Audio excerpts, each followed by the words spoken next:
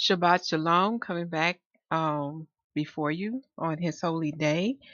Um, there was some word that I had shared with you, and it's I just think it's amazing how the Father aligned things because I didn't plan it like this. I originally had planned to give you the rest of that word, um, but things happen. But now I see why it happened. Everything's for a reason at the in His appointed time and in His appointed season. So the title of this word today, y'all, this is like I don't know how to name this because there were some other parts I owed you dealing with the um Thanksgiving, you know, because we have learned that the Father had His Thanksgiving. We also learned that it is not the same as what the heathens do. We have our own days that we offer unto Him, a Thanksgiving offering that we learned that it was a peace offering. Okay, and we also have learned, or we are learning that it was not only done in the past, but we also learned through the prophets. It's going to be done in His kingdom to come. So this video is still laying some more foundation work before I can take you to what I had shared with you. I think it was in three, part three. I can't remember, but it was either in part three or part two that I told you I would come back and reveal unto you where I got those two scriptures from, dealing with that. The peace offering is the Thanksgiving offering, okay? But there is some other foundation. There's some other brickwork. We got to lay on the ground before we can get to that part that what the Father has revealed unto me. So the title of this word today is Hanukkah slash dedication and Thanksgiving. The prince and princess of Israel. I know that title's saying a lot, right? So you're probably saying, okay, what does Sister Yitzhak have for us today? Um, we know that we're coming to the season of what we call the Feast of Dedication, known as the Feast of Lights. And there is a playlist on the channel. It's also listed in the calendar. Just go to the video description box. You can find it under the holy days and holy feast days of Yah. Or you can go to the calendar and go to the night month and to click on that video playlist for the Feast of Dedication, known as Hanukkah, or also known as the Feast of Lights, because there have been a Jewish fable been going around having people think you are supposed to light a menorah. That is not true. That is a Jewish fable. So you want to definitely check that out. But what the Father has taught me that the original Feast of Dedication took place in the days of Moses. So it's in Torah. Okay. So we're getting a treat today. We're getting a double fold message today. And this message still is dealing with laying down the foundation, laying down the bricks first, before I can take you to those scriptures that pertain to the peace offering, meaning that it is a Thanksgiving offering to Yah, and it is a part of the future. Okay. So what you see before you is a simple scripture. We will be going to Numbers chapter 7.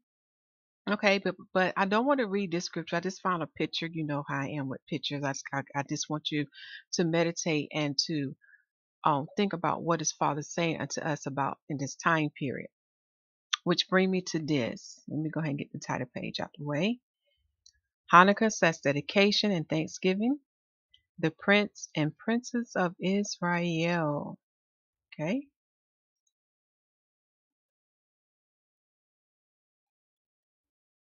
So before I can take you to Numbers chapter 7, we're going to have to go to Numbers chapter 1. Okay. But before we even start with chapter 1, y'all know how I am. I want to give y'all some examples. You probably want to do a word search dealing with the word prince and princess because Father's saying something deep here. Okay. So let me go ahead and get this pulled up with Numbers chapter 1. So when we come back here, it's already pulled up for us. We ain't got to wait. Um, I want to start. There's two Hebrew words that I learned so far that dealing with the word prince. Let's start with this one, the H5387. Okay.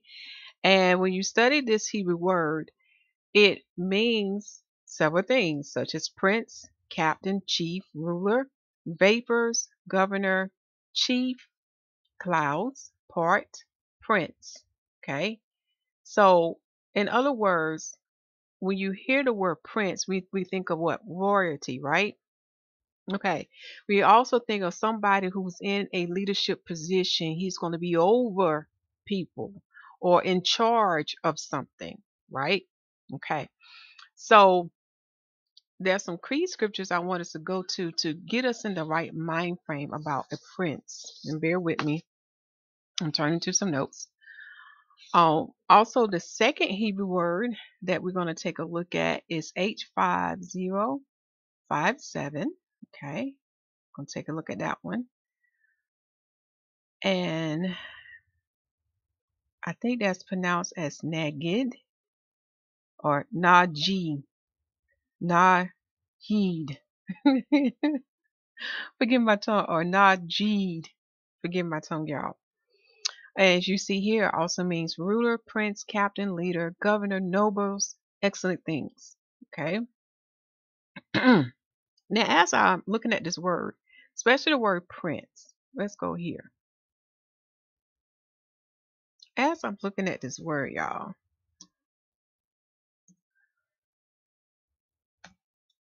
remember I tell you about etymology, looking at the history of words, how they came to be. Like we did with the word Hellenize. And we can see, and also with the word hello, we can see the word hell within that word. So when we type in the word prince, and I do need to blow this up, what is the root word that you see that is expressed in another word in the Bible? Okay.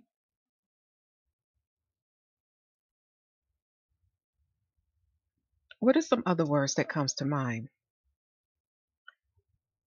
This is the word I'm thinking about. And I think it's in the book of Ephesians and Romans. Like Ephesians says, we're not dealing with flesh and blood, but we're dealing with what? Principalities. And what is the root word that we see in this word that's also in the word prince? We see the Prince. Okay. And we already know that the principalities is talking about the angels. Now, it's the Bible. You can find in the Bible, like Deuteronomy chapter 4, also in the Apocrypha as well. But when you read the book of Jubilees, which is the history of Adam, the history of mankind, you will learn because the sons of Adam, okay, especially the sons of Noah, chose not to worship the Most High Yah.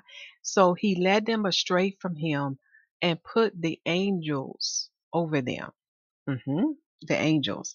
And proof of what I'm saying to you, look at the prophet Daniel writings dealing with chapter 7 or 8, and you will see what I'm talking about. Also, with another prophet the Father's bringing to mind is with Ezekiel. Look at how he prophesies to the king Tyre, and look at who the one that he's speaking to. It was Satan he was speaking to, who possessed the king of Tyre.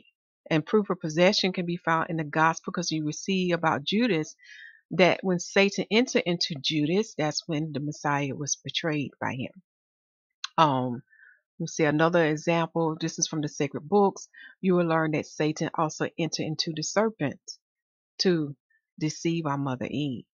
Yeah, like I said, it's evidence, but the spirit have to show it to you. It's right there before your eyes, but you have to be awakened. Okay. So you will see these two words being interchangeable, because not only does it represent certain mankind that is chosen out of the lineage of Adam and out of the lineage of Jacob, okay, but also with angels. Yes. Because like I said, what's done in heaven is done in earth. Then you begin to stand the order of things, how an angel can be over many or in charge of something. And I'm going to give you an example. I'm going to give you some scriptures. Okay. So, some examples I do want to point out Okay, we're going to start with this one. We're going to look up the scriptures. Let's look at Genesis chapter 23. And I'm going to read this unto you. Hear us, my Lord. Thou art a mighty prince among us. In the choice of our sceptures, bury thy dead. None of us shall withhold from thee his sceptre, but that thou mayest bury our dead. Now, when you go back to this chapter right here, Genesis chapter 23, verse 6, you will learn that this is dealing with our father Abraham. And notice the title that they gave unto Abraham. He is known as to be what? A mighty prince among the sons of Noah. You want to write that down. I'm going to write that down too. A mighty prince among the sons of Noah. Okay. Which Father's telling me now. Okay. I'm going to listen to him. He's telling me to take you to the Apocrypha, because you're going to see some of the leaders who are going to be over you, or the chiefs or the prince that would be over you in the kingdom to come. Okay, so we can go to Second Ezra chapter 1. That's where we'll go to.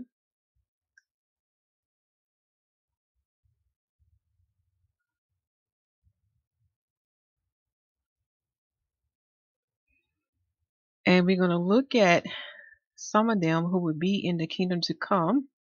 They can be in the first resurrection, because they're going to have power with the Messiah. They're going to be reigning with him for 1,000 years in the earth.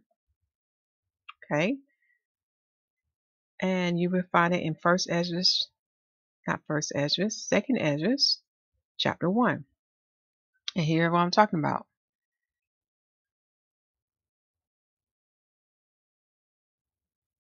Start at verse 38. And now, brother, behold what glory, and see the people that cometh from the east.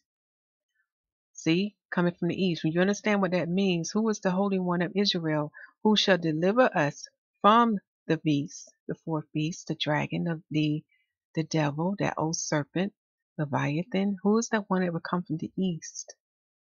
Okay, with the host. Okay, so these people are coming from the east. Okay, unto whom I will give for leaders. Now he's going to list the leaders he's going to give to us. Abraham, the father of the what? The faithful. Abraham, Isaac, Jacob, Hosea, Amos. I think that's Michael or Micah. I have to go back and look at my old notes, y'all. Joel, Obadiah, and Jonah. Nahum, Habakkuk, Zophanias, if I remember how that's spelled correctly. Haggai, Zechariah, and Malachi. Okay? These are the ones he's going to put over us. Remember the structure, how he everything set in the old? You have some who are over thousands, some who are over hundreds or tens or whatever. Okay. Well, what's done in heaven is also done in earth. You will see that with the angels, with the principalities. Okay. Take this time now to pause the screen to get the side notes for Second Ezra, chapter 1 of the Apocrypha. Okay. Now that we got that part of the way, let me look at some other scriptures I want you to see. Like I said, we'll be going to Numbers chapter 1, verse 16. We can be looking at Numbers 1. We're dealing with the princes of the tribes of their fathers. Okay, the princes of Israel. Okay.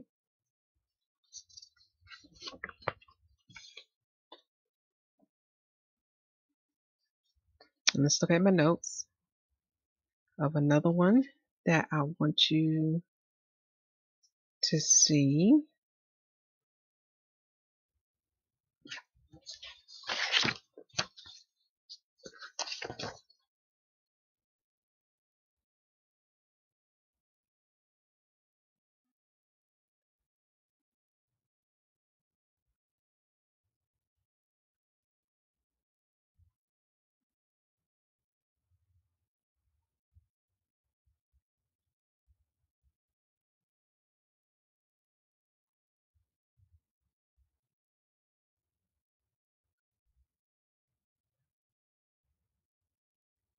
You're almost getting there.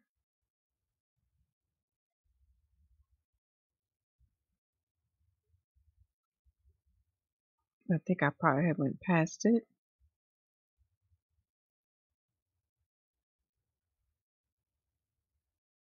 Okay, so it's not listed in this one. Okay.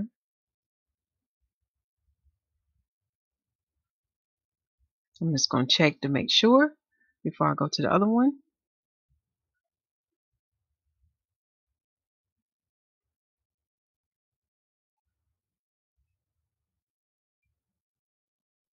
Okay, so let's go to this one over here.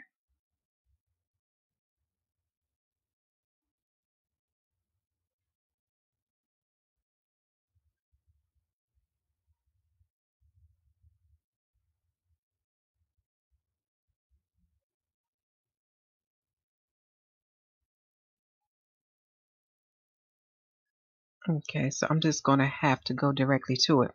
So we're going to go to Isaiah chapter 9, verse 6, and we'll come back here.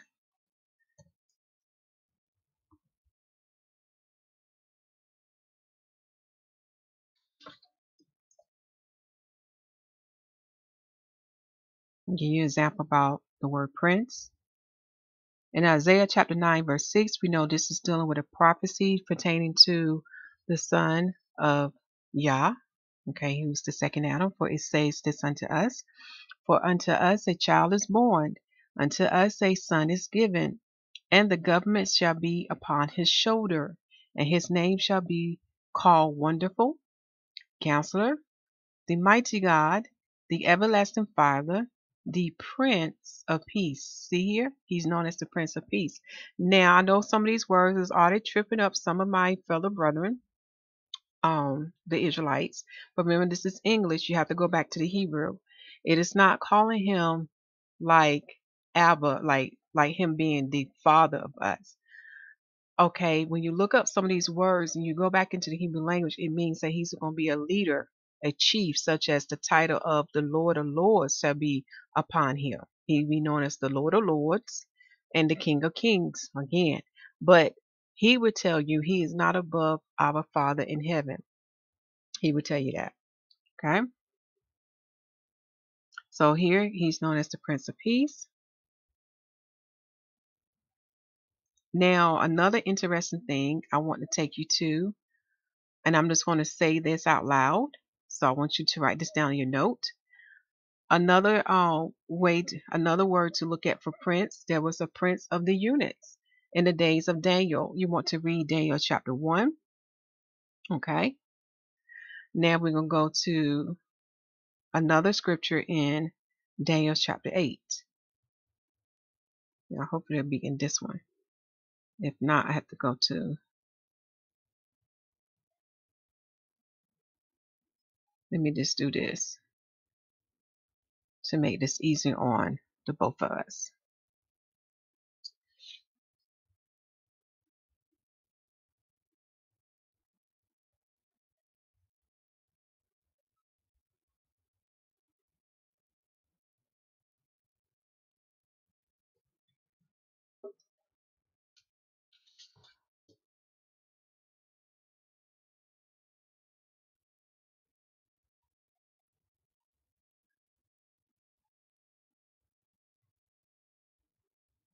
Okay, so you see Isaiah chapter 9, verse 6 in this one. And so as you see, I just type in the word prince. Everybody can pull up the scriptures I'm really trying to get to in a shorter period of time. Because remember, there are sometimes you can have more than one Hebrew word. Okay.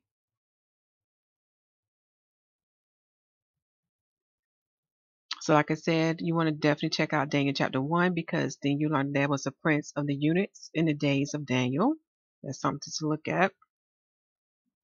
Then it was Daniel chapter 8, verse 25. And that's what I was talking about, these principalities, okay, or the one of mankind, okay. So in Daniel chapter 8, verse 25, you will have the prince of princes, That's something to check out.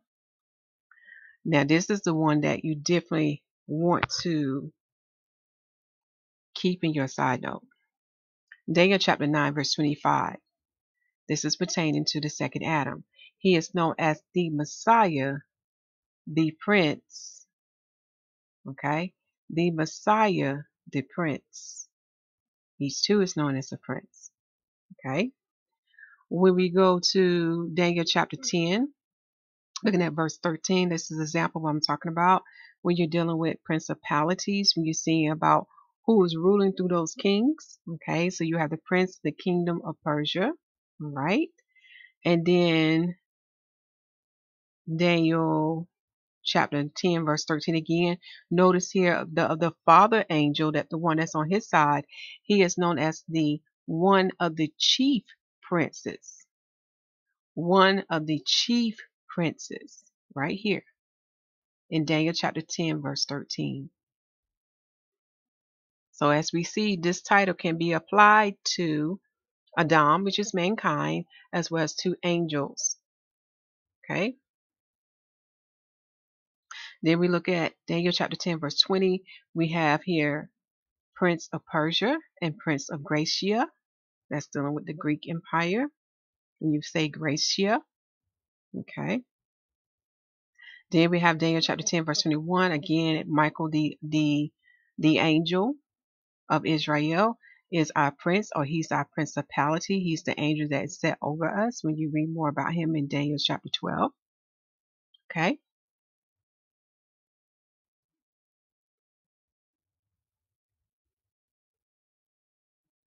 Trying to see. Okay. Now I'm going to start moving to the gospel now. When we get to Matthew chapter 9, verse 34, we see the prince of the devils. Okay. Definitely want to check that out and see who it is. And we can see in the next verse of Matthew 12:24, it is Beelzebub, who is the prince of the devils. Okay.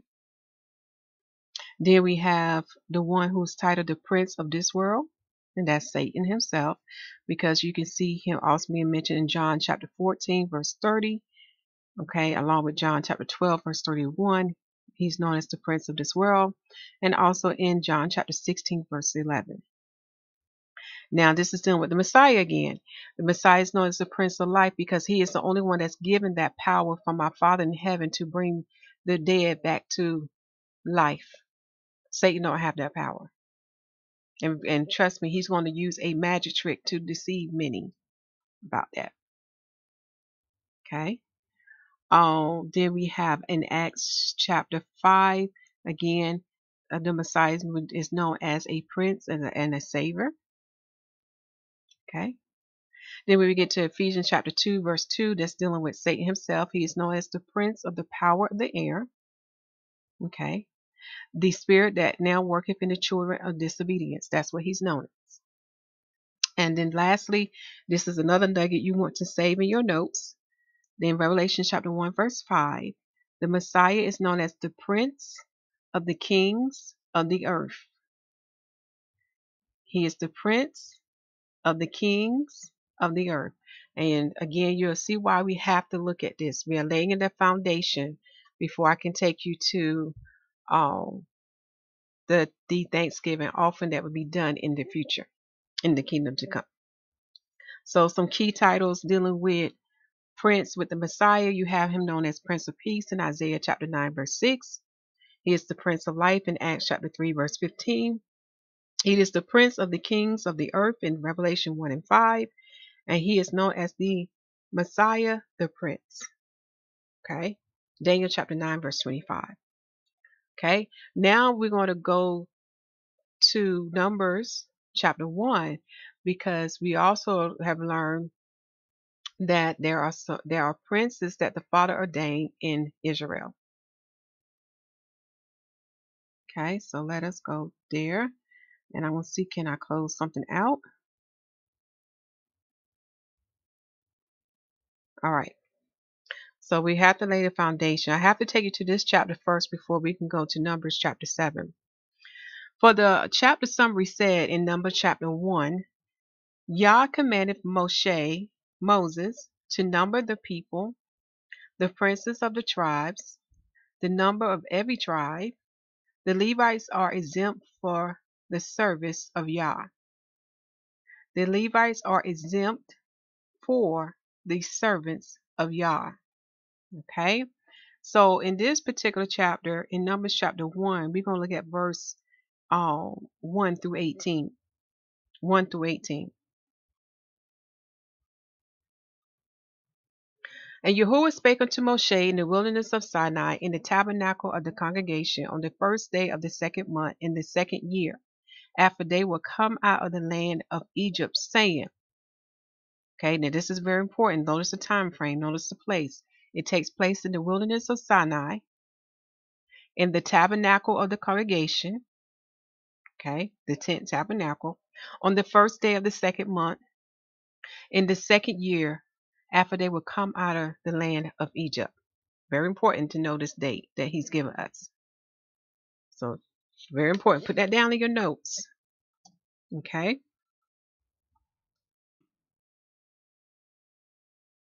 Okay. This is where this is taking place. In front of the house of Yah. Okay. Take ye the sum of all the congregation of the children of Israel after their families, by the house of their fathers, with the number of their names, every male by their poll, from 20 years old and upward. All that are able to go forth to war in Israel, thou and Aaron shall number them by their armies. Now, as we are reading this, we are getting more clarity about those who will be accountable as far as knowing what is right and wrong in order to receive the judgment of Yah. And what I mean by that, notice that the age here is 20, it's not 12. Again, that's a Jewish fable. That comes from their Talmud, their oral law. But when you read Numbers 5, chapter 5, as well as this chapter, you would see that the accountable age, is starting at age 20 and up. Okay? This is the age when they can go into, I believe they can go into war at this age as you read this chapter further down. But let us continue to read. And with you there shall be a man of every tribe, every one head of the house of his fathers. Okay? Verse 5. And these are the names of the men that shall stand with you. So they're going to list the man who's going to represent each tribe. So you have a man representing the tribe of Reuben, the tribe of Simeon, of Judah, of Issachar, of Zebulon, of Joseph. And remember, his is split. So you have one of Ephraim and one of Manasseh. Then we have of Benjamin, of Dan, of Asher, of Gad, and Naphtali. Okay. Verse 16.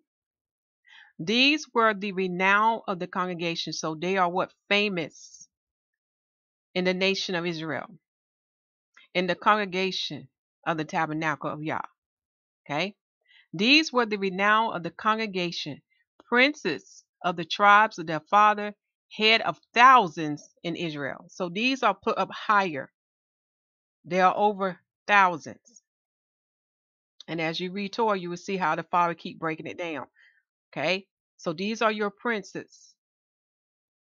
Very important to understand this because you're not going to stand. If you don't understand this, you're not going to understand what's going to take place in the kingdom to come. Okay? Highlight that verse. So these princes, how many princes will you have? 12. Let me go back up because I don't see Levi listed. Levi's not listed. I see Reuben, Simeon, Judah, Issachar, Zebulon. Then of Joseph, you have Ephraim, and then you have Manasseh, of Benjamin, of Dan, Asher, Gad, and Naphtali. So it's 12. And the reason why it's 12, because Levi is given unto our father. They didn't get land. Okay? Verse 17. And Moshe and Aaron took these men, which are expressed by their names, and they assembled all the congregation together on the first day of the second month, and they declared their pedigrees after their families, by the house of their fathers, according to the number of the names, from 20 years old and upward by their poll. This is why we tell you it starts with the father lineage. Don't be deceived by the Gentiles' doctrines when it comes to DNA. You have to trace your DNA with your father lineage to determine what nation or tribe you are of. And if you do not know, just ask the Father and he will give it unto you. But have patience. Okay? This is proof that I'm sharing unto you. So we'll pause there. But this is a good chapter to read. I'm just scrolling down to read in your spare time. Yeah, because it will also tell you what age they can go to war. And it starts at 20. So now that we have laid that foundation, now we begin to understand number 7. Number 7 is the chapter to show you this is where the Feast of Dedication all started, where it all began. It was done in the days of Moshe, in the days of King Solomon, in the days of Nehemiah and Ezra, the high priest, and also in the days of the Maccabees, as well as in the days of the Messiah. Okay? So like I said, this video is kind of like twofold because we touching both things, because we know we have the Feast of Dedication coming up. For those who follow the 358 rule of Enoch, we had to add a 13th month. And we know that the YAHUAH, the Jewish, did not do that. So when they add their 13th month, they're going to have a 368. But we're going to have 358 as the prophet of Yah says so. Okay? So now we're going to go to Numbers chapter 7.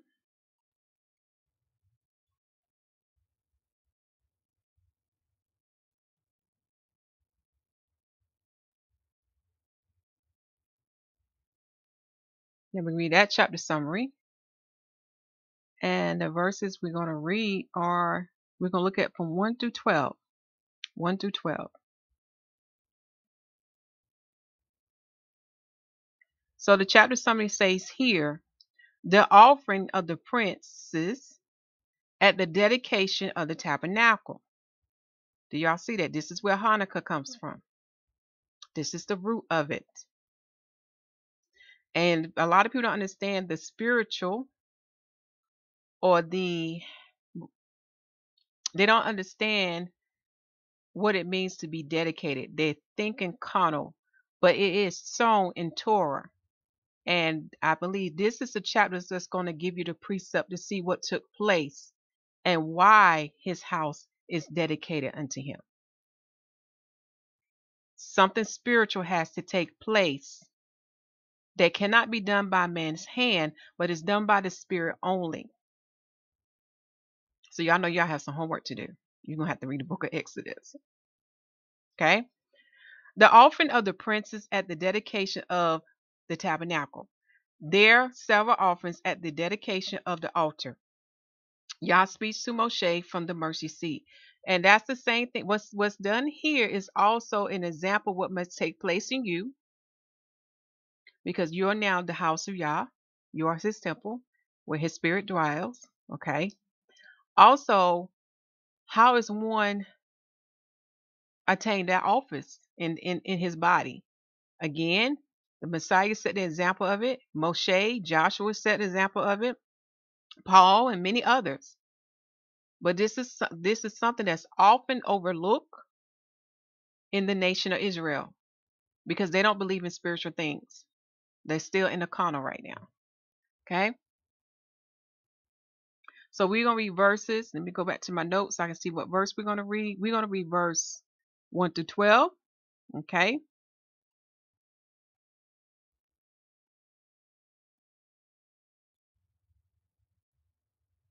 And it came to pass on the day that Moshe had fully set up the tabernacle. It's giving you something that's taking place here, y'all.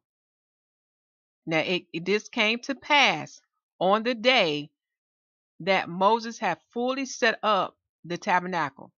He had fully set up the house of Yah, the tent tabernacle, and had anointed it and sanctified it, and all the instruments thereof, both the altar and all the vessels thereof, have anointed them and sanctified them. You got to understand, how did he do that? What had to take place, y'all? Because the Father gonna give you something carnal, but he also gonna show you something spiritual. The precept for this chapter is Exodus chapter 40, verse 18. Take this time now to pause your screen for that verse. These are the side notes. See what take place on that day when Moses completed building his house and the instruments that was in the house. Many missed that because it was an example what will take place with you, because the Messiah said what he will rebuild the house of Yah in 3 days. So what did that mean? You are his house, but how do you become his house? Verse 2, that the princes of Israel, let me pause there, Father, tell me to back one thing up. How do you become his house? How do you become dedicated to him? Because this is something that's not done by your hand. Okay. Now, verse 2, that the princes of Israel, heads of the house of their fathers, who were the princes of the tribe and were over them that were numbered, offered. Okay, so that's why we had to go to Numbers 1, so we can understand who were these princes of Israel. So we got it. We have a representation of the 12 tribes. The only one that was not listed was Levi, because when you read Torah, you understand why. Okay? Okay, in parentheses, it also defined who they are. Who were the princes of the tribes and were over them that were numbered. Okay? Let me click on this side note here. I think that's done with something different. It is. So you have to go back to Numbers 1 to understand this. Verse 3, and they brought their offering before Yahuwah 6 covered wagons and 12 oxen, a wagon for 2 of the princes, and for each one an ox. And they brought them before the tabernacle. Now we understand why we see 12 oxen. How many princes was there, y'all? 12. 12. Father's telling me to remind you, remember, Jacob was also named a prince, which I need to bring up. That was that was one of the verses I forgot. Oh, to list. He would be a prince among the men, for he has power with Yah. That's why his name was changed. So let's see here. Let me see, can I type in Jacob and prince and see what I can find? We got to have that verse.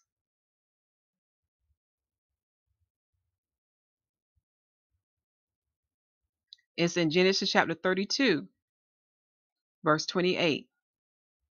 And also, let's look at Ezekiel chapter 37, verse 25.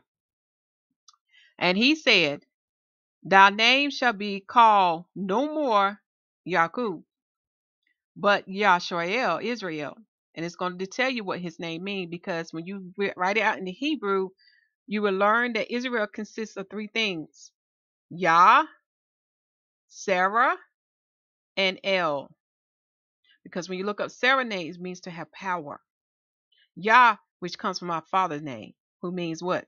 The same. El, means what? A title. He is the Almighty. He is the God above all gods. He is the Most High. Okay? For as a prince, thou hast power with Yah. That's why you see Sarah's name being a part of his name with the Sar. Okay?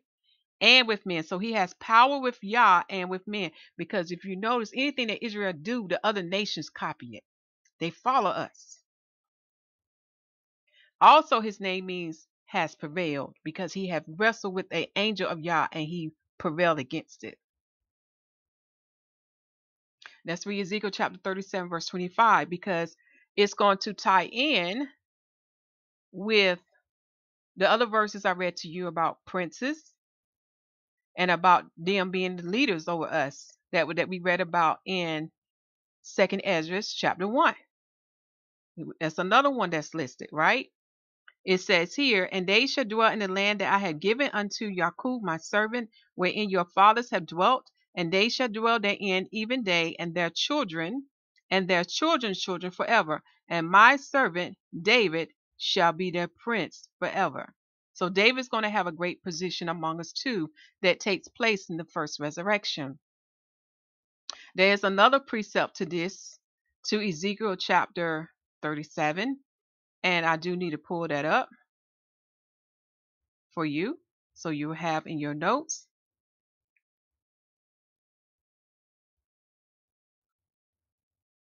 Because it's another part to this that many run with it. Oh, they run big time. And these are for those who don't believe in a Messiah. Okay.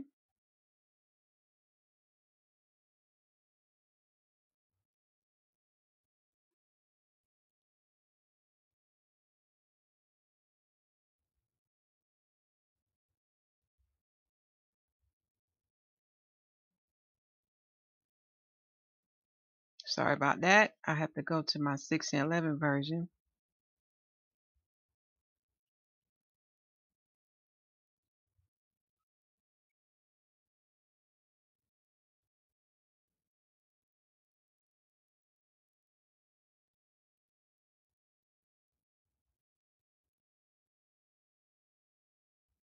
Did it do it again? Okay, I'm about to say it didn't change over to the 1611.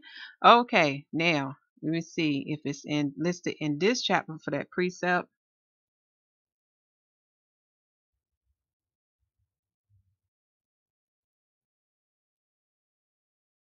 Did I get the right chapter?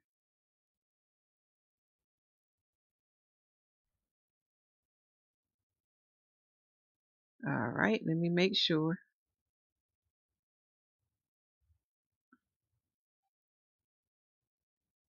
Okay, I got to remember the correct verse that I was in.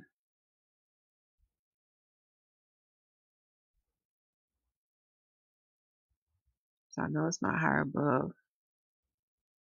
Let's say Ezekiel 37. See, nope. So let me try to find that verse again. I do apologize. All right, where are you?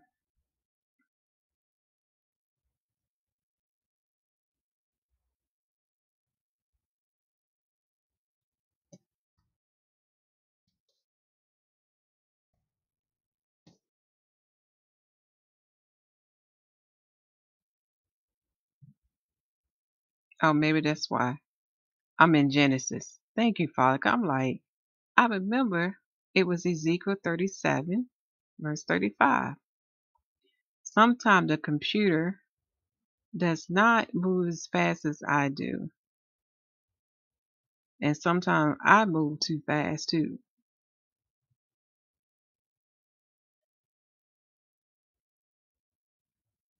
Okay, maybe this, I do apologize. All right, let's see, can we get that precept for you?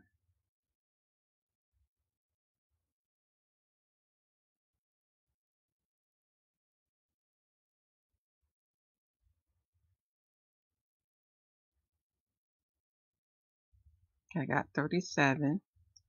All right, good thing I didn't close this out. Let me refresh this. All right, for some reason it didn't take the first time.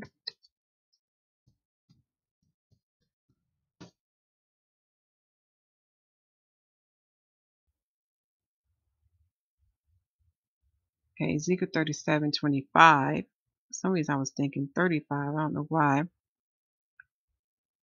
All right, I'm gonna hold on, y'all. Okay. Sorry about that. I'm in the right chapter, but right over here, you have to read a verse higher up. So when you read a verse higher up, you will learn that David will be a servant of Yah, and he shall place David as a king over us. Okay. And then this verse going to say, and they all shall have one shepherd. And they shall also walk in my judgment and observe my statutes and do them. And I have to give y'all the precept because many will misread this verse and think that it's talking about David as being one shepherd over us. Okay. So this is why it's so important to get your 1611 and read all the precepts.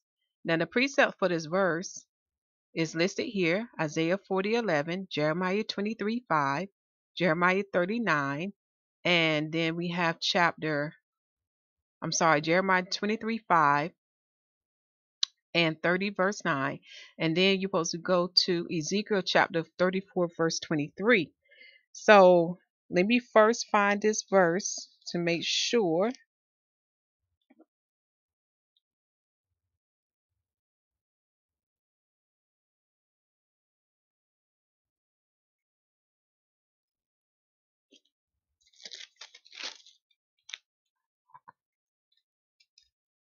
Okay, here it go. It's in Ezekiel chapter 34 verse 23.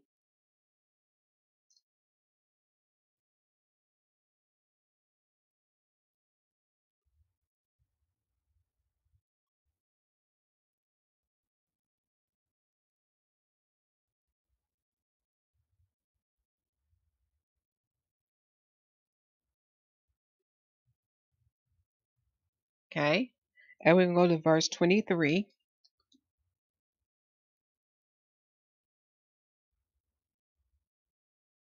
And it says here, I will set up one shepherd over them, and he shall feed them, even my servant David. So this verse is going to clarify that the shepherd that he placed over us is Yahusha HaMashiach, his son, the second Adam, the door, the sheep, who's the left, he's the iron, he's the fountain of living waters, he is the eye/light of our bodies, etc.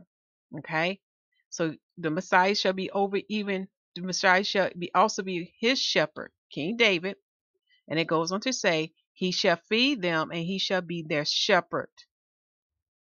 And I, Yahuwah, will be their God, and my servant David a prince among them. I, Yah, has spoken it.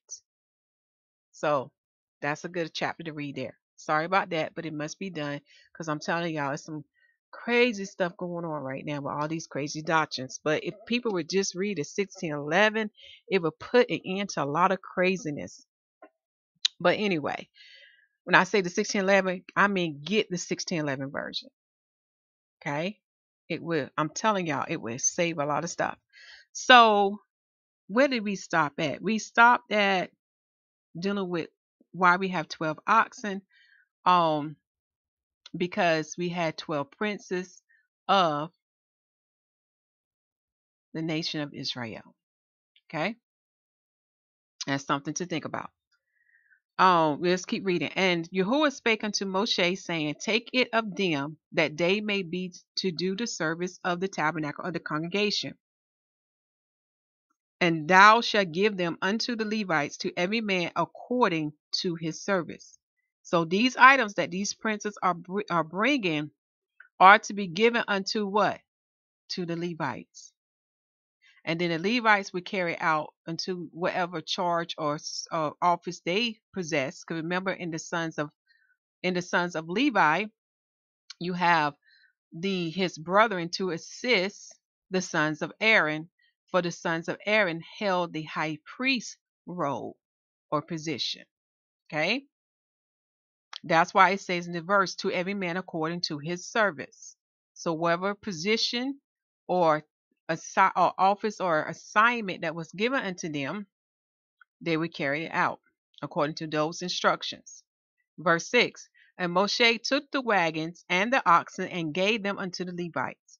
2 wagons and 4 oxen he gave unto the sons of Gishon according to their service. So I'm going to skip down, okay,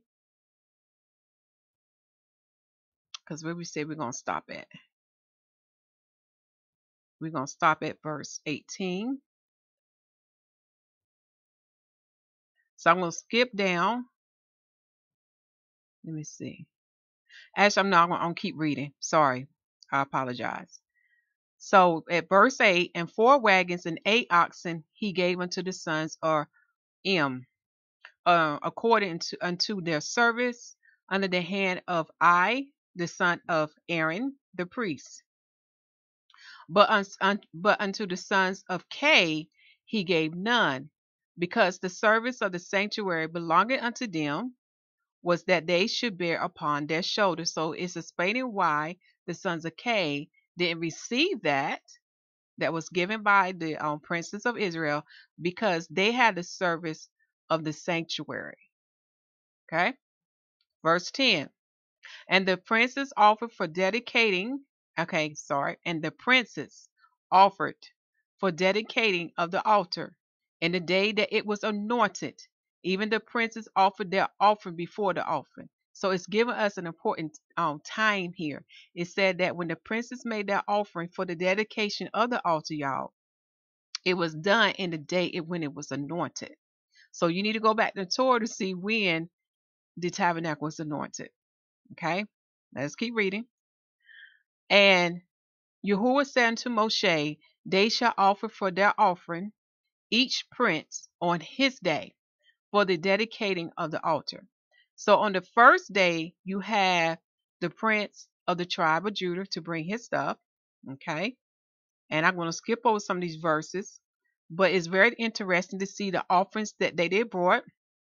Okay, so take this time now to pause your screen, because we can see incense, we can see shekels, okay, flour, we can see burnt offering, sin offering.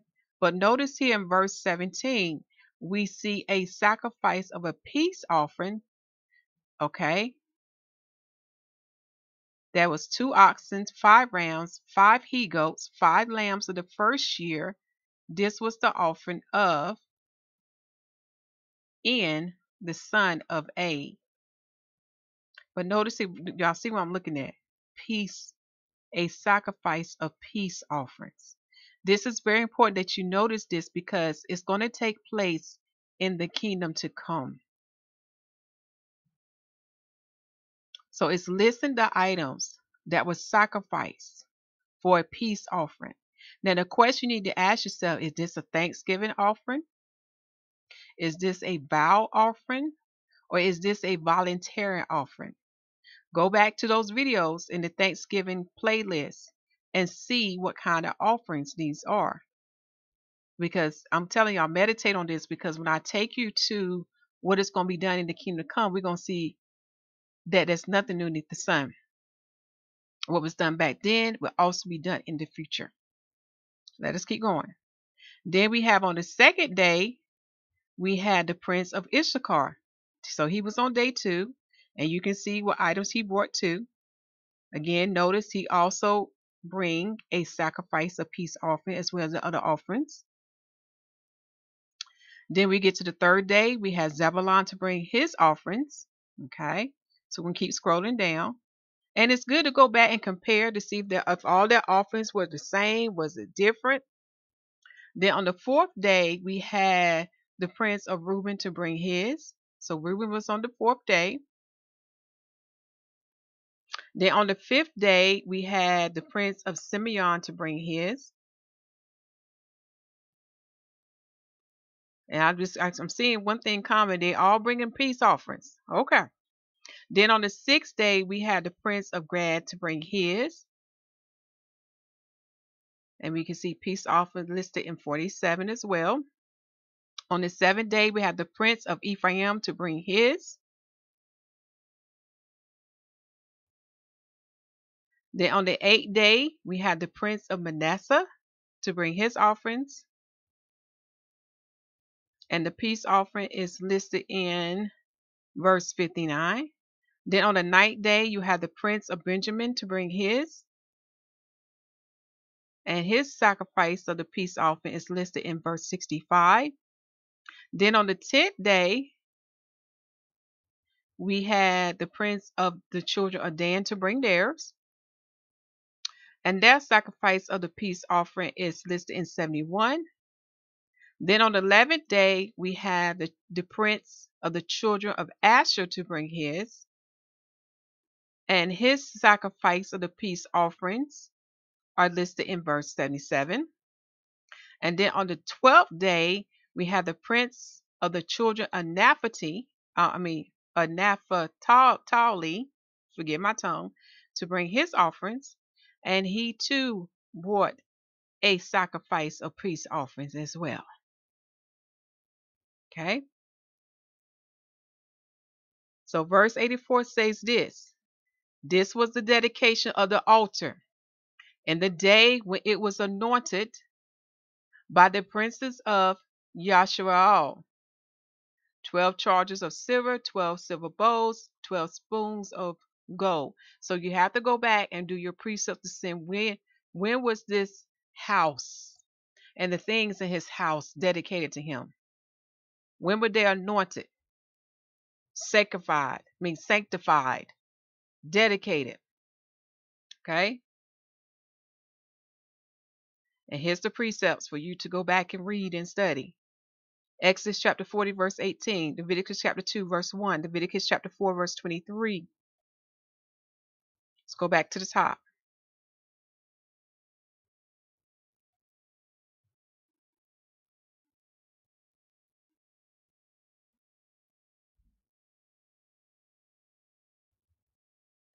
So when we get to the top, what I want to point out to you, notice to get the right date, you got to go back and look it up. It's in Exodus. And find out how was his house anointed and those things in the house. How was they sanctified? How was they dedicated unto him? Because when you understand that, do you understand the present? Because the same was done to that was done to you. When you understand that, do you understand the future? And you will learn that there's nothing new beneath the sun. Father will go back to what he created things to be. All right, this concludes this short lesson. I hope that you enjoyed it because it's very important for us to have the understanding about who is the prince or who are the princes.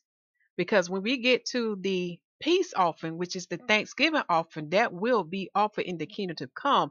When we read those scriptures, then we can understand who are the prince or the princess in those verses. Hope you enjoyed this, y'all. All right. Continue to preach that the kingdom of heaven is at hand, for it's truly at hand. Make sure the people receive salvation as written in Romans chapter 10 and baptize the people in the name of Yahusha The Messiah. For the Lamb set the example, the water baptism, the Holy Spirit baptism, and his disciples who are apostles continue both. If you have no one to baptize you, Father got you covered. For the water, the earth, and the heaven are his witnesses. And they can report back unto him of those who baptize themselves in water. For we must show what? With our faith. We must show works with our faith. And the Father made the Holy Spirit baptism easy too. All we have to do is ask in the name of Yahusha Mashiach, and he shall give unto you according to your heart, your faith, and your works. Because Father said this, where ye shall seek, ye shall find. When ye shall knock, the door shall be open to you. And when you ask, it shall be given. Love you all. Shalom.